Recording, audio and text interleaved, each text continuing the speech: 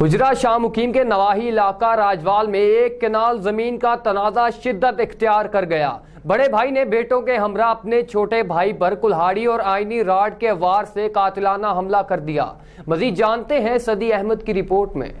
زمین کے تنازع پر سگے بھائی نے اپنے چھوٹے بھائی پر قاتلانہ حملہ کر دیا۔ تھانہ حجرہ شاہ مقیم پولیس نے مقدمہ درج کر لیا، جبکہ ملزم فرار ہونے میں کامیاب ہو گئے۔ شرگڑھ کا نواحی علاقہ راجوال میں ایک کنال زمین کا تنازع شدت اختیار کر گیا۔ بڑے بھائی نے اپنے چھوٹے بھائی کو بڑی پنچایت میں اپنے بیٹوں اور ساتھیوں کے ہمراہ چھوٹے بھائی کانسٹیبل محمد شریف پر کلہاڑیوں اور آئینی راڈ کے وار سے قاتلانہ حملہ کر دیا۔ محمد شریف طیب شہید پولیس لائن میں ڈیوٹی کرتا ہے۔